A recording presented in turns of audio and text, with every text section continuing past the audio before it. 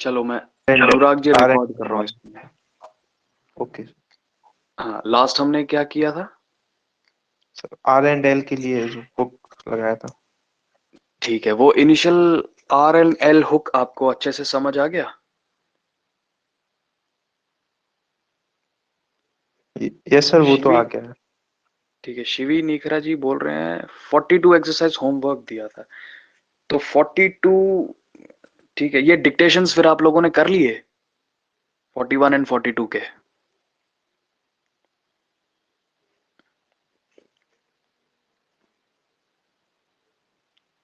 आदिल जी, निसार जी, ठीक है, इन्होंने कर रखे। अनुराग जी, आपने अटेम्प्ट किया ये 41 42?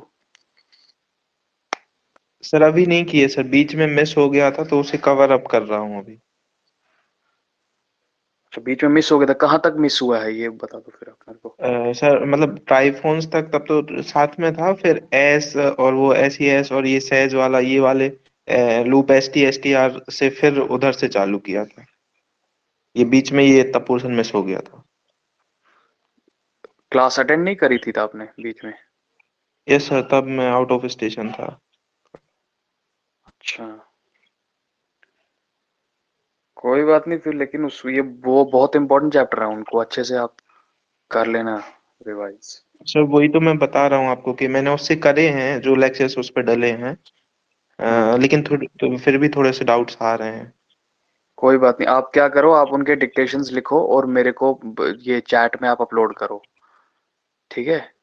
मेरे को ओके उससे मेरे को उससे पता चल जाएगा कहाँ पर क्या दिक्कत है, और जो भी फिर डाउट हो किसी कॉन्सेप्ट में तो वो क्लियर कर लेना यहाँ पे। जी। तो फिर 42 तक अब आपको कंप्लीट करना है अनुराग जी, बाकियों ने कर रखा है, आप भी 42 तक डिक्टेशंस बना लेना इनिशियल हुक्स के। आज फिर हम नया चैप्टर शुरू कर लेते हैं। आज का जो चैप्टर है वो है ऑल्टरनेट फॉर्म्स। एक बार देख लो, रिकॉर्डिंग चल रही है। ऑल्टरनेट फॉर्म्स, अब ये किन के ऑल्टरनेट फॉर्म्स है? हुक्ड फॉर्म्स के। ठीक है, कुछ स्ट्रोक्स होती हैं जो हुक्ड स्ट्रोक्स होती हैं कुछ, इनके हम ऑल्टरनेट फॉर्म्स भी यूज करते हैं। पहले तो मैं आपको बता दूं कि वो कौन कौन से हुक्ड फॉर्म स्ट्रोक्स हैं जिनके ऑल्टरनेट फॉर्म्स हम यूज करते हैं। सभी को ये व्हाइट स्क्रीन दिख रहा है अच्छे से? एक बारी मेरे को बता दो, व्हाइट स्क्रीन सभी को यस सर। अच्छे से दिख रहा है? ठीक है, चलो फिर। हाँ, stroke of F R, V R, थ आर, थ को डार्क कर दिया तो द आर, एफ एल, एफ को डार्क कर देंगे तो वी एल, इनके होते हैं ऑल्टरनेट फॉर्म्स। कभी कभार ऐसे हमें आप इसको मजबूरी कह सकते हैं, सीधे तरीके से इनका हुक्ड फॉर्म नहीं बनता है, तो हमें क्या करना पड़ता है, इसका मिरर इमेज यूज करना पड़ता है, और उसी मिरर इमेज को हम ऑल्टरनेट फॉर्म्स बोलते हैं। देखो, एफ आर कैसे लिखा जाता है? सीधे तरीके से ऐसे लिखते हैं हम। इसका ऑल्टरनेट फॉर्म होता है इसका मिरर इमेज, ऐसे। सिमिलरली इसको डार्क कर दिया तो वी आर बन गया, है ना? वैसे ही अब थ आर, सीधे तरीके से थ आर ऐसे लिखते हैं, इसका हम ऑल्टरनेट करते हैं तो मिरर इमेज इसकी ऐसे बनती है। अब आप बोलेंगे कि ये तो एस के साथ आर का हुक आ गया। मोहम्मद लतीफ जी, साउंड नहीं आ रही है आपको? क्या हो गया यार? ठीक है, एस के साथ आर का हुक नहीं लगता है, तो ये थ आर का ही ऑल्टरनेट पढ़ा जाएगा। थ को डार्क कर दिया तो बन गया द आर, द आर का ऑल्टरनेट भी होता है इसका मिरर इमेज।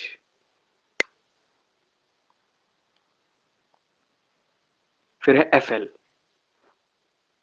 एफ एल का भी ऑल्टरनेट होता है ऐसे, एफ को डार्क कर दो बन गया वी एल, तो ऑल्टरनेट आ गया ऐसे।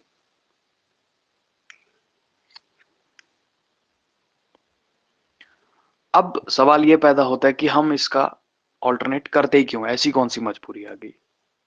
देखो आपको प्रैक्टिकली बताता हूं। फॉर एग्जाम्पल वर्ड है राइफल। आप सभी लोग अपनी कॉपी पे इसकी आउटलाइन ट्राई करो बनाना और मुझे बताओ क्या कोई दिक्कत आपको महसूस हो रही है ये आउटलाइन बनाने में।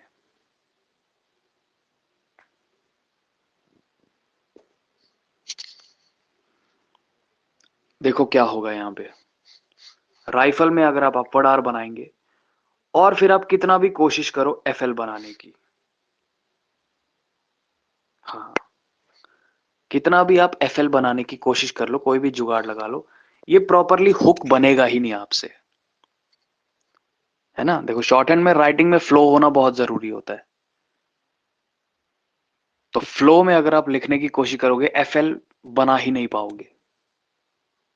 अब आप जबरदस्ती का ऐसे करके फिर कुछ फोर्सफुली ऐसे बनाओगे तो वो भी सही नहीं लगता, राइटिंग का फ्लो खराब होता है, आपका टाइम कंज्यूम होता है, तो फिर पर्पस ही सॉल्व नहीं हुआ। अब देखो हम यहां पर क्या करते हैं, यहां पर ही इस ऑल्टरनेट हुक्ड फॉर्म का कॉन्सेप्ट यूज में आता है। आर एफ एल कितना भी बना लो नहीं बनता है। अब एफ एल ऐसा होता है, इसका अगर मैं ऑल्टरनेट करूं तो देखते हैं कैसे बनती है आउटलाइन। आर बनाया मैंने, मैं ऊपर से घुमा के लेके आता हूं, हुक भी प्रॉपरली शो हो रहा है और फ्लो में पेंसिल भी चलेगा आपका, ठीक है। तो यहां पे क्या हुआ, जो मिरर इमेज मैंने यूज करी एफएल की, ऑल्टरनेट फॉर्म जो मैंने यूज किया, इसने मेरा काम आसान कर दिया। पेंसिल फ्लो में भी चल रहा है और हुक प्रॉपरली नजर भी आ रहा है, ठीक है। ये जो हुक प्रॉपरली नजर आना होता है ये बहुत जरूरी होता है, क्योंकि जब ट्रांसक्रिप्शन में हमको वर्ड ट्रांसक्राइब करना होता है तो प्रॉपरली शो होना चाहिए। अदरवाइज आप राइफल को राइफ पढ़ सकते हो। मोहम्मद लतीफ जी बोल रहे हैं नहीं दिख रहा है यार, किसी को ना साउंड आ रही है ना दिख रहा है, सबको दिख रहा है। दिख रहा है, साउंड भी आ रहा है। तो ये क्या बोल रहे हैं।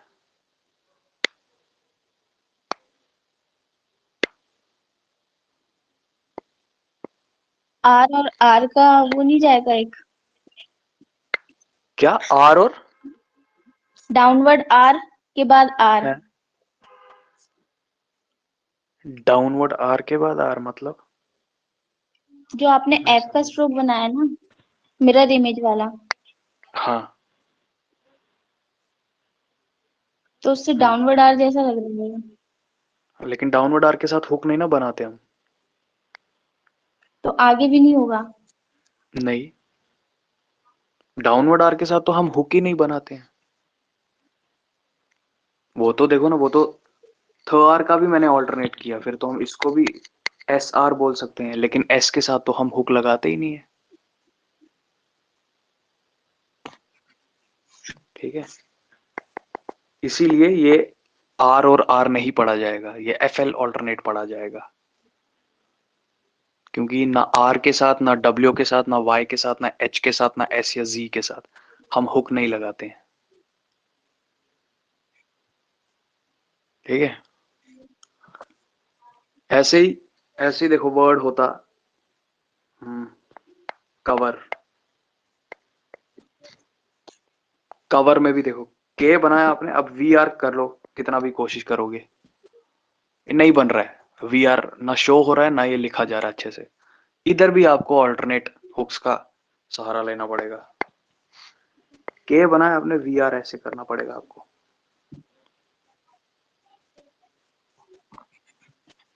ठीक है। तो इधर भी ऑल्टरनेट आपने किया।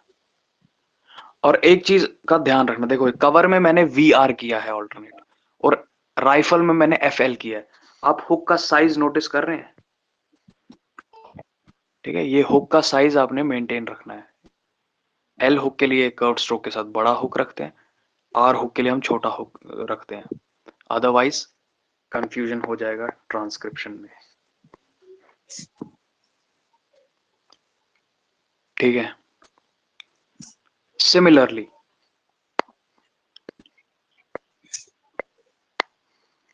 सिमिलरली वर्ड है वर्ड है लेदर।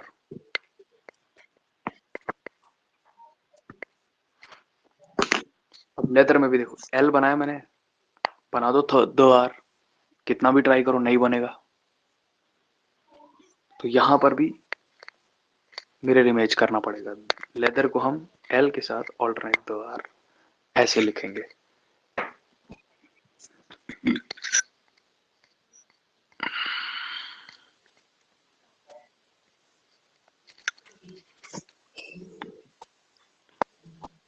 क्लियर है? सभी को समझ आ रहा है?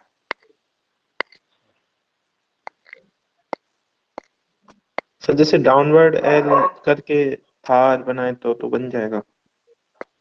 डाउनवर्ड एल करके, डाउनवर्ड एल और द आर।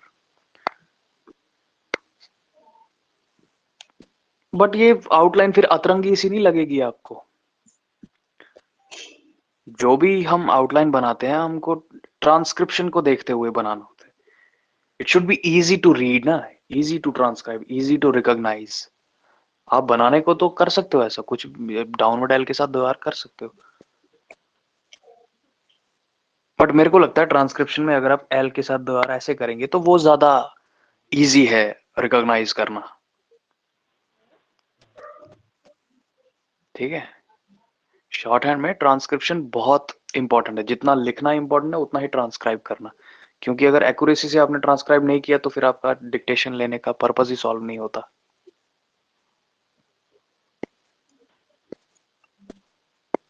ठीक है, तो ये जो भी रूल्स बने हैं ये कुछ सोच के ही बनाए गए हैं।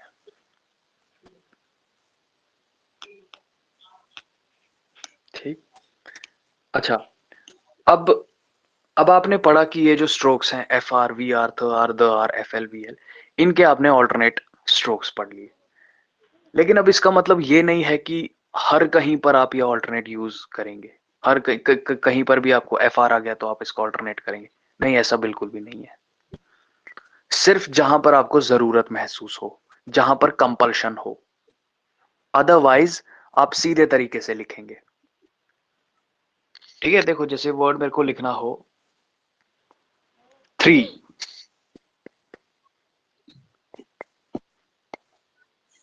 थ्री में मैं सिंपल थ आर के साथ हैवी डॉट लगा दूंगा,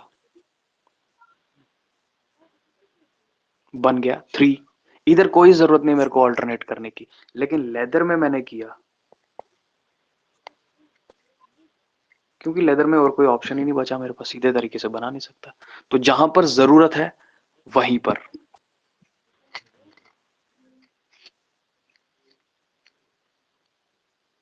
ठीक, और हमेशा बोलते आ रहा हूं, आज भी वही बोलूंगा, बुक पर, बुक की थ्योरी पर, बुक में क्या लिखा गया है, बुक के शॉर्ट हैंड पर ज्यादा रिलाय मत करो। ठीक है, नहीं तो देखो हर कोई बंदा फिर खुद से बुक पढ़ के सीख लेता शॉर्ट हैंड। बुक बहुत कंफ्यूज कर देगी आपको। कुछ वर्ड्स अगर आप देखेंगे इसी एक्सरसाइज के, बुक ने जहां पर जरूरत नहीं भी है वहां पर भी ऑल्टरनेट कर रखा है, लेकिन जहां पर आपको जरूरत नहीं महसूस होती वहां पर ऑल्टरनेट करने का कोई तुक नहीं बनता। अब जैसे वर्ड है फ्राइडे, आप देखेंगे बुक ने इसको भी ऑल्टरनेट एफआर करके ऐसे किया है, लेकिन क्या जरूरत है ये करने की? ये तो फालतू में अपना काम कॉम्प्लिकेट करने वाली बात होगी। फ्राइडे को आप आसानी से ऐसे लिख सकते हैं।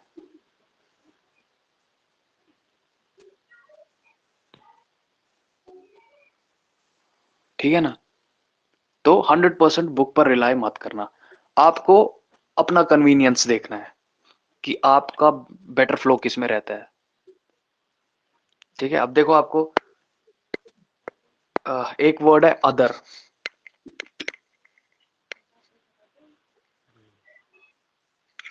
पता नहीं बुक ने ऐसा ही दिया है कि मेरे को ही, हाँ, आप देखेंगे ऐसा बनाया है, फालतू में द आर ऑल्टरनेट किया हुआ है, जबकि जरूरत ही नहीं है। अब देखो अगर ये वर्ड होता अदरवाइज, सर आवाज कट रही है आपकी। हम्म, आवाज आ रही है क्लियरली सबको? ये सर अब आ रही। अदर में क्या है, इन्होंने ऑल्टरनेट किया है, लेकिन अब वर्ड होता अदरवाइज। अब अगर इसी अदरवाइज में भी मैं ऑल्टरनेट करूं, फिर डब्ल्यू ऐसे करूं, तो अगेन वो आउटलाइन अजीब सी बन गई ना। तो क्या जरूरत है यहाँ पे ऑल्टरनेट करने की, सीधे तरीके से बना लो, बढ़िया तरीके से बनने का।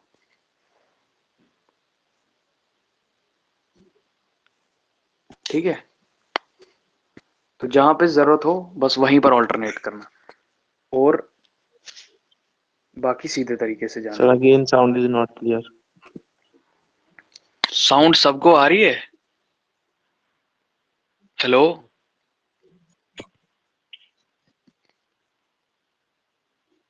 बाकियों को तो आ रही है।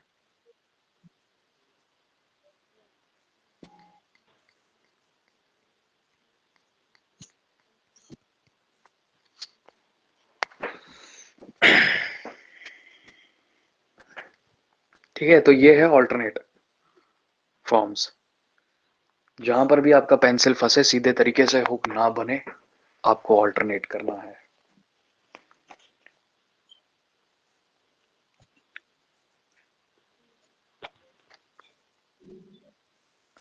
नेबरिंग की आउटलाइन, ये तो सिंपल सीधे बनेगा, नेबरिंग, NBRNG, नेबरिंग ऐसे बन जाएगा, नेबरिंग ऐसे बन जाएगा।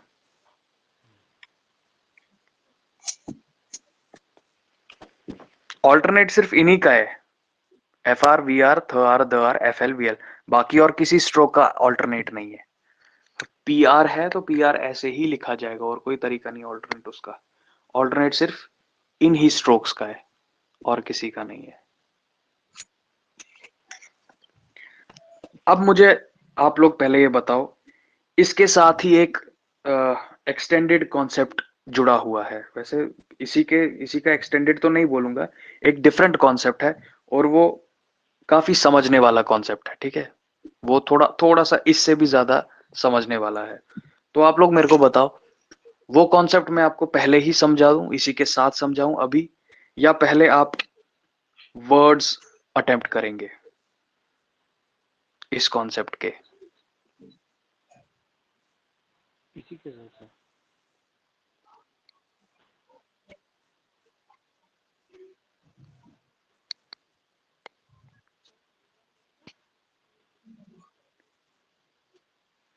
चलो थोड़ा सा मैं आपको ब्रीफ दे देता हूं। ठीक है, मैं आपको थोड़ा सा ब्रीफ दे देता हूं, आप लोग समझो सर, अच्छे से क्लियर होगा। हाँ हाँ, वो है, वैसे वो डिफरेंट टॉपिक ही है, मैं आपको ब्रीफ दे देता हूं। आप वर्ड्स तो आप अटेम्प्ट कर ही लोगे। देखो, अगला जो इसके साथ कॉन्सेप्ट है वो है इंटरवीनिंग वॉवेल्स। अब इंटरवीनिंग का क्या मतलब होता है? एक इंटरवीनिंग आपने पहले ही पढ़ रखा है। इंटरवीनिंग होता है जो बीच में आता है ना। इंटरवीनिंग थर्ड प्लेस का हमने पढ़ा था। उधर हमने क्या पढ़ा था कि दो स्ट्रोक्स के बीच में थर्ड प्लेस का वॉवेल इंटरवीन कर रहा है। अब आज जो इंटरवीनिंग वॉवेल आप पढ़ेंगे वो होगा स्ट्रोक और उसकी हुक के बीच में। अब आप लोग वो सोच रहे होंगे कि स्ट्रोक और उसकी हुक के बीच में इंटरवीनिंग का क्या मतलब है। देखो, हो सकता है थोड़ा सा कॉम्प्लिकेटेड लगे आपको, बट समझने की कोशिश करना। आप लोग जानते हैं, जब हमने ये इनिशियल हुक्स शुरू किया था चैप्टर, तब मैंने आपको कहा था, मोहम्मद लतीफ जी बोलो,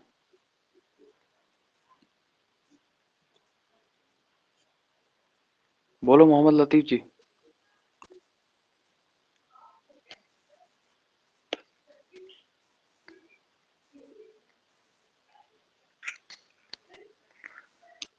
जब हमने चैप्टर शुरू किया था, मैंने आपको कहा था कि हुक्स हमें कहां पर लगाने हैं। आर हुक या एल हुक हम कब लगाते हैं? जब स्ट्रोक के साथ इकट्ठा सुनाई देता है आर या एल का साउंड। लेकिन आज जो मैं आपको बात बोलूंगा वो आपको अगेन कॉन्ट्राडिक्टरी लगेगी। अगर आर और एल का साउंड सेपरेट हो, ध्यान से सुनना, अगर आर और एल का साउंड स्ट्रोक के साथ सेपरेटली भी सुनाई दे, आप तब भी एज अ हुक उनको लिख सकते हो। समझ गए? सेपरेट साउंड्स होने के बावजूद भी आप आर और एल को एज अ हुक लिख सकते हो, लेकिन उसके लिए एक शर्त है। शर्त यही है इंटरवीनिंग वॉवेल्स की। अगर आपने सेपरेट साउंड्स होने के बावजूद आर और एल को एज अ हुक लिखना है, तो फिर आपको क्या कंडीशन सेटिस्फाई करनी पड़ेगी? आपको जो बीच में वॉवेल साउंड होती है उसको इंटरवीन शो करना पड़ेगा। ये आपको प्रैक्टिकली अभी ऐसे समझ आएगा। फॉर एग्जाम्पल वर्ड है डार्क।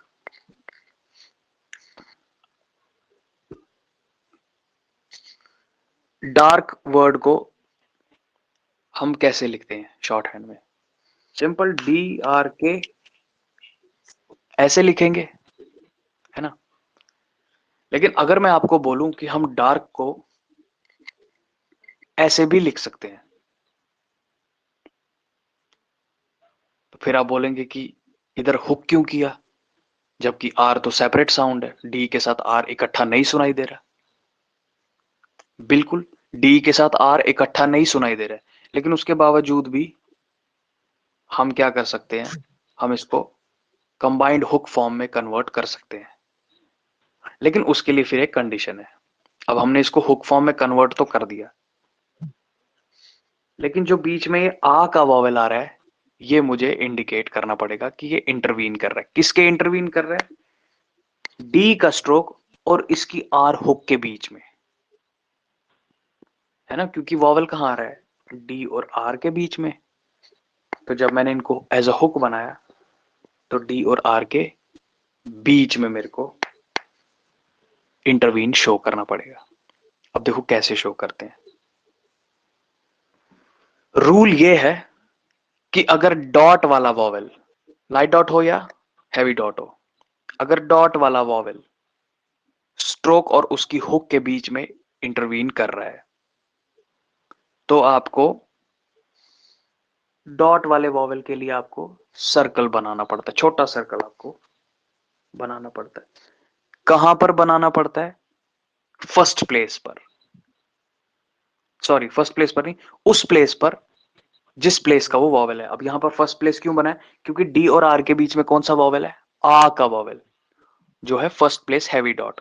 इसीलिए डी और आर हुक के बीच में सर्कल मैंने बनाया फर्स्ट प्लेस पे। सिमिलरली अब जैसे ये वर्ड है टर्की, इस बारी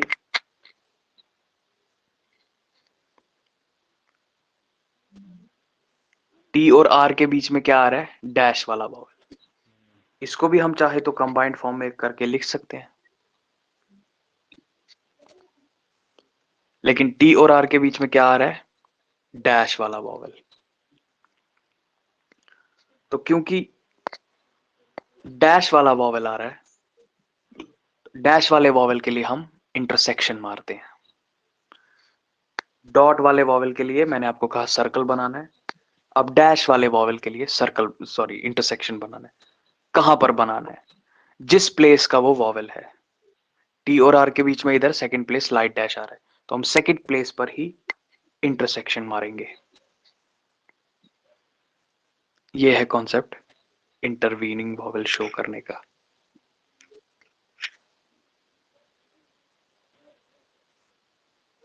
समझ आया? ये बहुत समझने वाला चीज है। क्या ये समझ आया आपको इंटरवीनिंग? सर जब सीधे तरीके से लिख सकते हैं तो फिर ऐसा क्यों करना? बहुत बहुत बढ़िया सवाल। इसका क्या वजह है कि अब हम क्यों इतना कॉम्प्लिकेट कर रहे हैं, हम क्यों कंबाइंड फॉर्म करते हैं? देखो, बहुत सारे ऐसे वर्ड हैं जिनमें अगर आप फुल लेंथ स्ट्रोक लिखोगे आर का और एल का। हाँ ये डिफिकल्ट टॉपिक है, तभी मैंने बोला था आपको। बहुत सारे ऐसे वर्ड्स हैं जिनमें फुल लेंथ आप आर और एल अगर लिखेंगे तो आउटलाइन बहुत ज्यादा लंबी हो जाती है। ठीक है, आउटलाइन बहुत ज्यादा लंबी हो जाती है। तो आउटलाइन को शॉर्ट करने के लिए हम आर और एल को एज अ कंबाइंड फॉर्म लिखते हैं। हम हमेशा ऐसा नहीं करते हैं, हमेशा हम आर या एल का हुक नहीं बनाते हैं आउटलाइन को शॉर्ट करने के लिए। देखो जैसे वर्ड है टॉलरेबल,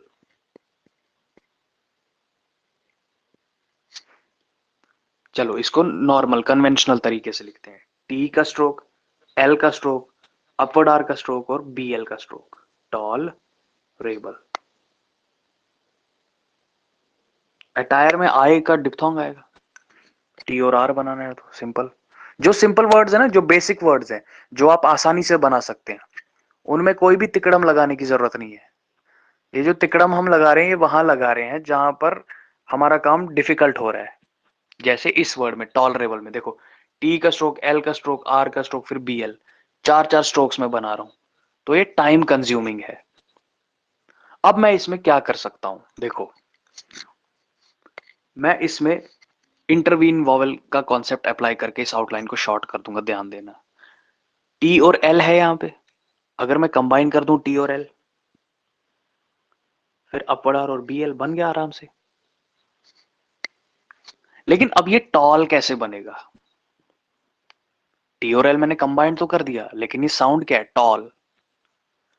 टी और एल के बीच में फर्स्ट प्लेस का डैश आ रहा है। डैश के लिए मैंने आपको बोला है कि जब स्ट्रोक और हुक के बीच में डैश का वॉवेल हो, आप कैसे इंटरवीनिंग इंडिकेट करते हो? इंटरसेक्शन मार के। डैश के लिए हम इंटरसेक्शन मारते हैं, डॉट के लिए हम सर्कल लगाते हैं। तो टी और एल के बीच में डैश है, कौन सा डैश है? फर्स्ट प्लेस का। तो डैश है तो हम इंटरसेक्शन मारेंगे, और फर्स्ट प्लेस का है तो इसीलिए फर्स्ट प्लेस पर। तो कितना शॉर्ट हो गया राइटिंग, इसलिए हम यूज करते हैं ये वाला कॉन्सेप्ट आउटलाइन सर को ये जो शॉर्ट लिए। बोलो। हाँ सर, ये जो हम डैश और सर्कल लगाते हैं, ये सिंपली डार्क और लाइट दोनों के लिए रहता है कि वहां पे हाँ, मेंशन करना है डार्क? नहीं ये दोनों के लिए रहता है। ठीक ठीक सर। सर क्योंकि जैसे अभी हम लिख ले रहे हैं टी एल और आर, ये टॉलरेबल का लिखा, बी आर लिखा ना, तो हाँ अगर हम ऐसे ही कंटिन्यू राइफल में अगर लिख लेते हैं, चलो पूरा नहीं आता है, लेकिन इसमें भी पेंसिल पीछे लेना पड़ता है ना। हाँ, पेंसिल तो पीछे लेना पड़ेगा। राइफल में आप क्या करेंगे मतलब? मतलब अगर आर को एफ एल वहां पे जोड़ देंगे पेंसिल पीछे लेके। कैसे मतलब? वो तो आप कॉम्प्लिकेट हो गया देख, करना। राइफल में क्या करोगे आप?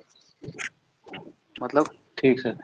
आर और एफ एल यही तरीका, और क्या मतलब करोगे? हमको मीनिंगफुली कंबाइन करना है, ठीक। काम हमारा आसान होना चाहिए। अब देखो जैसे इसी तरीके से आपको एग्जांपल देता हूँ। फॉर एग्जांपल वर्ड है चैलेंज, सभी लोग देखना, वर्ड है चैलेंज। अगेन नॉर्मल कन्वेंशनल तरीके से लिखें, सारी स्ट्रोक्स लगा के, CHALLENGE, चैलेंज। लिखने को लिख सकते हैं हम ऐसे, कोई प्रॉब्लम नहीं। लेकिन फिर आपकी स्पीड नहीं ना बढ़ेगी। आपको 100 वर्ड्स पर मिनट अगर अचीव करना है तो फिर ये बेसिक तरीका नहीं लिखना पड़ेगा, आपको तो शॉर्ट करना पड़ेगा, तभी स्पीड अचीव होगी। तो अब देखो चैलेंज वर्ड में CHALLENGE, चार चार स्ट्रोक्स आ गई। हम कैसे इसको शॉर्ट कर सकते हैं? हम एल को कंबाइन कर सकते हैं जे के साथ। JL बनाया मैंने, एन और जे, आसान हो गया, है ना? अब देखो जे और एल मैंने कंबाइन तो कर दिया, लेकिन जे और एल के बीच में कौन सा वॉवेल है? फर्स्ट सर्कल प्लेस डालेंगे लाइट। First place. हाँ, बहुत सही, सर्कल लगाएंगे फर्स्ट प्लेस पे, हो गया चैलेंज। इसी तरीके से एक और एग्जांपल ले लो वर्ड का।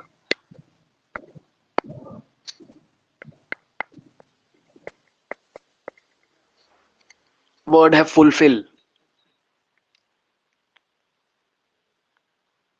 देखो इसको भी अगर लंबे तरीके से लिखोगे ये आउटलाइन बहुत ही अजीब सी बनेगी।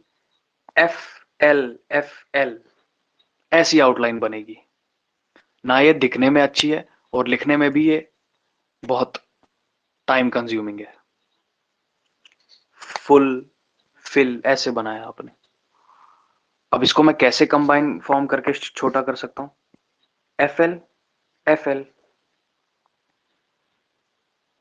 है ना।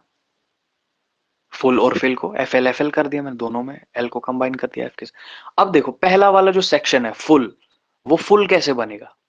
F और L के बीच में क्या आ रहा है? Third place dash. Light dash, है ना।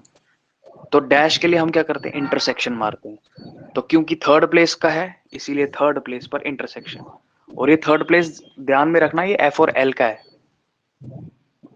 ये अगली स्ट्रोक पर, हाँ ये अगली स्ट्रोक पर नहीं जाएगा क्योंकि ये इंटरवीन किसके बीच में बात हो रही है? स्ट्रोक और उसकी हुक के बीच में। ऐसे बन गया फुल। इसी तरह हम फिल वाले सेक्शन को भी सेटिस्फाई करेंगे। साउंड फिल कैसे बनेगा? F और L के बीच में ई का वॉवेल है, थर्ड प्लेस लाइट डॉट। तो क्योंकि डॉट वाला वॉवेल है, डॉट के लिए हम सर्कल बनाते हैं, और क्योंकि थर्ड प्लेस का है इसीलिए थर्ड प्लेस पर। तो अब देखो दोनों आउटलाइंस को आप कंबाइन करो, सॉरी कंपेयर करो, देखो कौन इजी है? लिखने में भी अच्छा, दिखने में भी अच्छा। Easy to write, easy to read, easy to transcribe. Sir transcribe करने में फुल की जगह फ्लू पढ़ने में नहीं आ जाएगा कि FL माइन है और U का बाद में आ रहा है? नहीं नहीं, फिर अगर देखो देखो देखो, अगर आपको फुल लिखना है इंटरवीनिंग करने की मदद से, तो मैं आप देखो मैंने इंटरसेक्शन किया है। अगर फ्लू लिखना हो तब ये इंटरसेक्शन नहीं होगा, तब ये थर्ड प्लेस पर होगा, बाहर। इंटरसेक्शन का मतलब ही है कि ये इंटरवीन कर रहा है, ये बीच में आ रहा है। किसके बीच में आ रहा है? F के और L के बीच में। अगर ये बाहर है थर्ड प्लेस का डैश, तो ये FL के बाद पढ़ा जा रहा है। इसलिए ध्यान से समझना, इंटरवीन का मतलब है ये बीच का वॉवेल है। पहले क्या होता था, हम साइड पे लगा रहे थे, वो FL के बाद पढ़ा जा रहा था। ये है FL प्लस U, ये है F plus U plus L। ये डिफरेंस है साउंड का। U का वॉवेल इंटरवीन कर गया F और L के बीच में।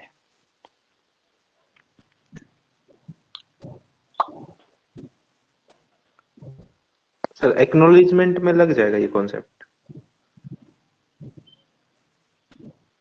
हाँ देखो, ऐसे ऐसे वर्ड्स एडवांस होते हैं, उनको लिखने का तरीका अलग होता है, एडवांस होता है तरीका। क्योंकि जितना जितना वर्ड एडवांस होते जाएंगे, कॉन्सेप्ट्स भी एडवांस होते जाएंगे। एक्नॉलेजमेंट अगर मैं आपको बोलूं, वो सिंपल ऐसे पढ़ा जाएगा। इतने में हो गया एक्नॉलेजमेंट।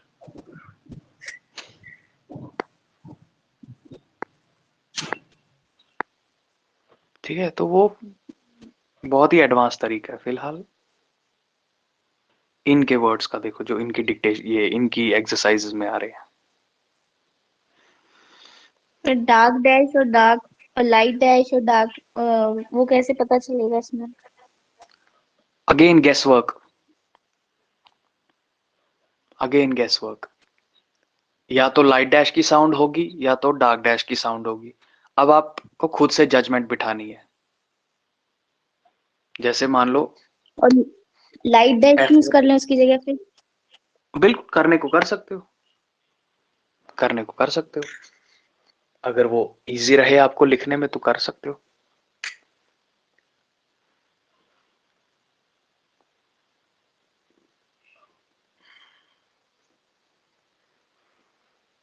देखो सर फॉर एग्जाम्पल, इंटरवीनिंग पूरा समझ आया, लेकिन वो जो पहला था अल्टरनेटिव थोड़ा थोड़ा सा। ऑल्टरनेटिव तो आसान है इंटरवीनिंग से। चलो पता नहीं सर, उधर ही कुछ गड़बड़ हो गई। ऑल्टरनेट में सिंपल यही करना है आपको, जहां पर सीधे तरीके से हुक ना बने उधर आपने मिरर इमेज इस्तेमाल करना है। जैसे वर्ड है, चलो आपको ऐसे बता दो, सपोज करो वर्ड है कैवलरी,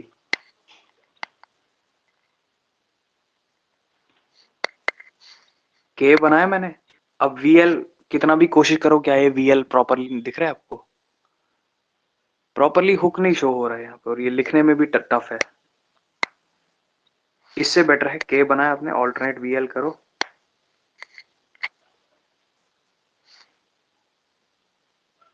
है ना, यहां पर प्रॉपर हुक नजर आ रहा है। कैवलरी में इधर हुक नहीं नजर आ रहा है। सर मसला इधर ये हो रहा है, जो वी और एफ, मतलब ये वो कंटिन्यू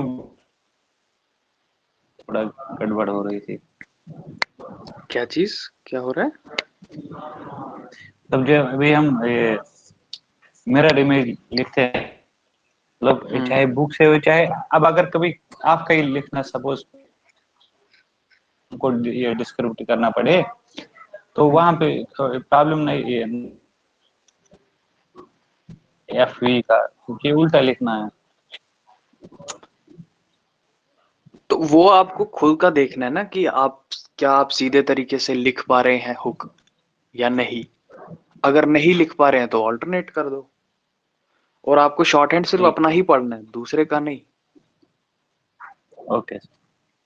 मेरा अगर फॉर एग्जांपल मैंने कोई सेंटेंस लिखा, अगर वो आपसे नहीं भी पढ़ा जा रहा है तो कोई बड़ा इशू नहीं है, लेकिन आपको अपना शॉर्ट हैंड लिखा हुआ समझ आना चाहिए, और अपना ही शॉर्ट हैंड पढ़ने की कोशिश करो। बुक को, मैं तो बोलूंगा बुक को रीड भी मत करो, मैं इतना तक बोलूंगा आपको। बुक को आप रीड भी मत करो, बुक की थ्योरी भी आप मत ही पढ़ो, सिर्फ आप बुक की एक्सरसाइजेस करो बस, दैट इज सफिशिएंट। रूल्स बताने के लिए इधर मैं हूं आपको, क्योंकि बुक का शॉर्ट हैंड पढ़ोगे, बुक की थ्योरी पढ़ोगे, बहुत कंफ्यूजन आ जाएगा।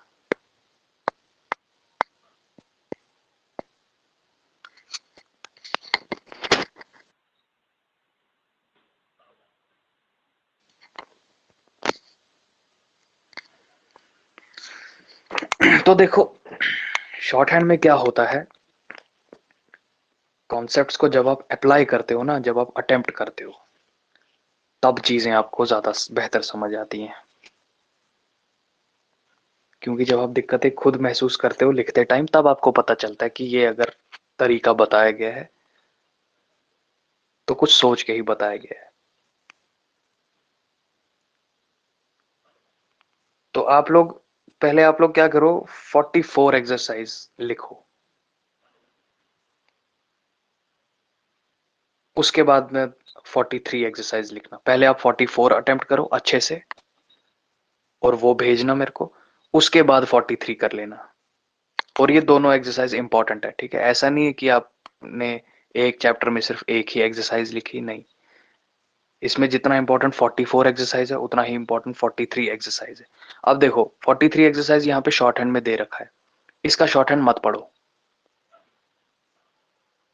सिंपल आप चले जाओ बुक के बैक साइड पे, वहां पर आंसर की दे रखी है, उसका इंग्लिश देखो, वहां से आप शॉर्ट हैंड खुद लिखो, और अपना शॉर्ट हैंड ट्रांसक्राइब करो, ठीक है? तो 44 और 43 एक्सरसाइज पहले आप लोग अटेम्प्ट करो, पहले लिखो उसको,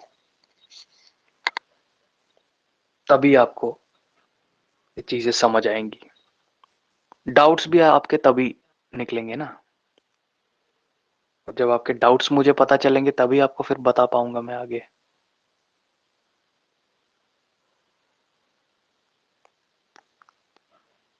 तो ये दोनों टॉपिक्स आपको आज क्लियर हुए। अनुराग जी आपको पता लगा? यस मोहित सर, ये जी? तो समझ में आया। ठीक, ये दोनों ऑल्टरनेट और इंटरवीनिंग दोनों? यस सर, बस एक कंफ्यूजन है। बोलो। अगर जब ये जैसे जो डॉट या डैश के लिए अपन वो इंटरवीनिंग वॉवल के लिए वो लगा रहे हैं, सर्कल और वो डैश, जी, तो अगर दो दो वॉवल्स आ जाएंगे तब फिर दोनों लगा सकते हैं या फिर नॉर्मल ही लिखना पड़ेगा? 2 वॉवेल कभी आ ही नहीं सकते। 2 स्ट्रोक्स के बीच में एक ही वॉवेल आएगा, 2 वॉवेल बीच में आ ही नहीं सकते, ये तो पॉसिबल ही नहीं है पहले तो। नहीं मतलब जैसे स्ट्रोक के पहले वॉवल हो फिर स्ट्रोक हो फिर ऐसे। प्रीसीडिंग वॉवेल और सक्सीडिंग वॉवेल। Yes sir.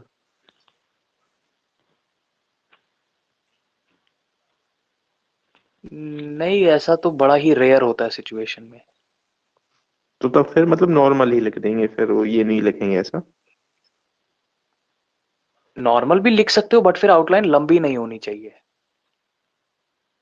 अगर आउटलाइन ज्यादा लंबी हो रही है तो आप उसको हुक फॉर्म करके कन्वर्ट कर दो। आपने शॉर्ट हैंड पहले पढ़ रखा है क्या? ये सब थोड़ा थोड़ा पढ़ा है। कहाँ तक पढ़ा है आपने? मुझे ऐसा लग रहा है आपने मतलब पढ़ रखा है। सर बुक से पढ़ रखा है तो कंफ्यूजन बहुत ज्यादा है। आप इस वर्ड में तो नहीं कंफ्यूज हो रहे हो? फिर इसका वो बनाएंगे तो दोनों आ जाएगा ना फिर, जैसे आप देखिए देखो, इसमें। हाँ हाँ हाँ, मैं समझ गया ना, मैंने तभी आपको बोला क्योंकि ये वर्ड मैंने देखा, तभी मैं बोलता हूँ बुक मत पढ़ो। बहुत कंफ्यूजन होता है, हर किसी को बुक पढ़ के कंफ्यूजन होता है। पैरेलल वर्ड आपने देखो क्या किया है बुक वालों ने, इन्होंने पीआर के प्रीसीडिंग में बना दिया है, ठीक है ना, पीआर के प्रीसीडिंग में रख दिया, फिर यहाँ पे सक्सीडिंग में भी वॉवेल डाल दिया, फिर ऐसे, ये सर, ये सर यही कह है रहा ना। था मैं। हाँ, वही वही।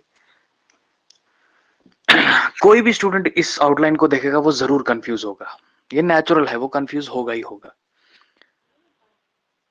और ये करने का कोई तुक ही नहीं बनता, इसीलिए मैं बोलता हूं बुक मत पढ़ो। क्योंकि अगर बुक ये आउटलाइन आपको बता रही है तो यहां पर बंदा होगा ही, वो नेचुरल है उसका कंफ्यूज होना। क्योंकि पैरेलल में पी और आर के बीच में वॉवेल आ रहा है। अब अगर पी और आर के बीच में वॉवेल आ रहा है तो अंडर रूल्स पी और आर के यहां पर होना चाहिए वॉवेल, जो कि हम आज तक लगाते आ रहे हैं।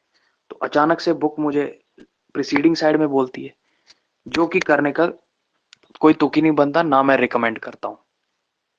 अब देखो, इस पैरेलल वर्ड को अगर आपने लिखना हो तो क्या करना है? आपने कुछ नहीं करना है, जैसे अभी तक आप इंटरवीन शो करते आ रहे थे सेम वही करो। अगर आपने इतना बना दिया, आप मुझे जेन्युइनली बताओ, क्या आप तब भी इसको पैरेलल नहीं पढ़ सकते? ये तो तब भी आपको पैरेलल समझ आ जाएगा। ये सर थोड़ा सा शॉर्ट, गैस वर्क बस। बिल्कुल, तभी बोल रहा हूं बुक से ज्यादा ना आप गेस वर्क पे रिलाई करो, अपनी इंटेलिजेंस पे रिलाई करो।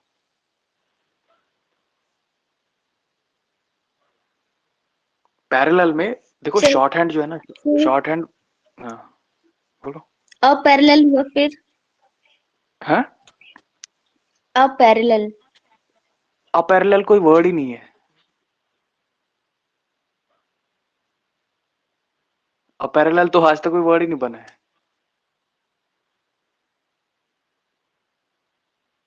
अगर ये वर्ड होता अपैरल, हाँ तो कोई बात नहीं, तब आप प्रीसीडिंग में डाल दो वॉवेल। वो वर्ड है अपैरल, पता नहीं यही स्पेलिंग होती है उसकी, अपैरल। तब आप प्रीसीडिंग में डाल दो, प्रीसीडिंग में ए का आ गया, पीआर के बाद इंटरवीन हो गया, अपीयर भी बना सकते हैं इसे। है ना। तो बुक को ज्यादा मत पढ़ो, सिंपल है, आप चीजों को सिंपल रखो, अपनी इंटेलिजेंस पे रिलाई करो। और गेस वर्क से आप बच नहीं सकते, गेस वर्क तो इसमें रहेगा ही रहेगा। और मोस्ट इंपॉर्टेंट बात है शॉर्ट हैंड की, एक बात आप याद रखना, शॉर्ट हैंड जुगाड़ू लैंग्वेज है।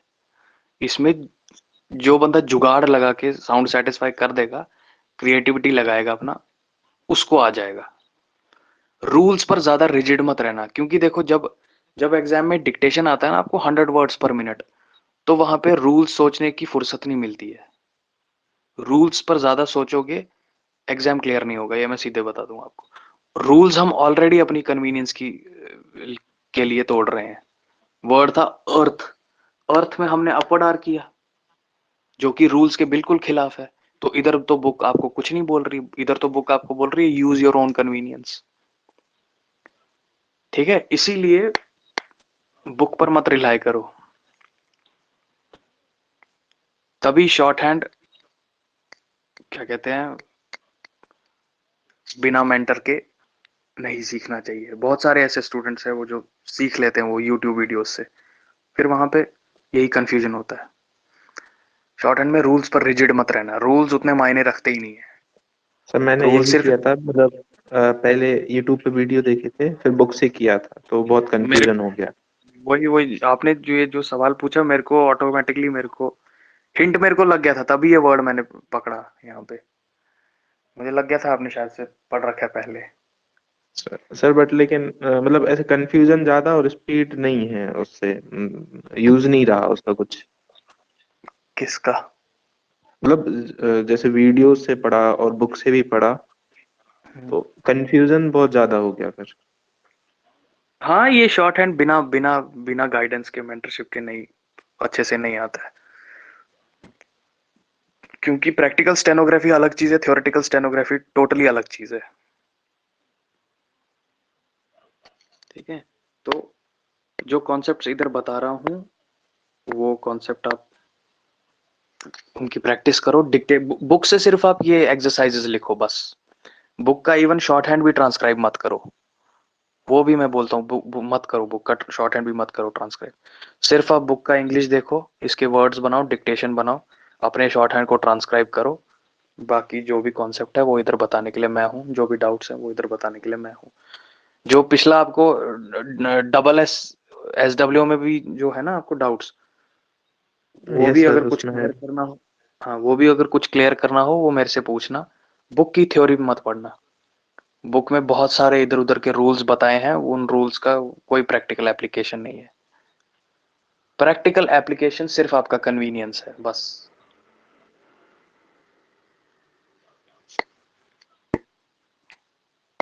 तो करो इसकी प्रैक्टिस आप। 43 और 44 बनाना आप लोग, ये और दोनों एक्सरसाइजेस बनाना। 43 भी इंपॉर्टेंट है, 44 भी उतना ही इंपॉर्टेंट है, दोनों बना देना। कोई डाउट हो तो पूछना। और अनुराग जी, इस वीडियो को रिकॉर्ड तो कर दिया है, मैं इसकी रिकॉर्डिंग बंद कर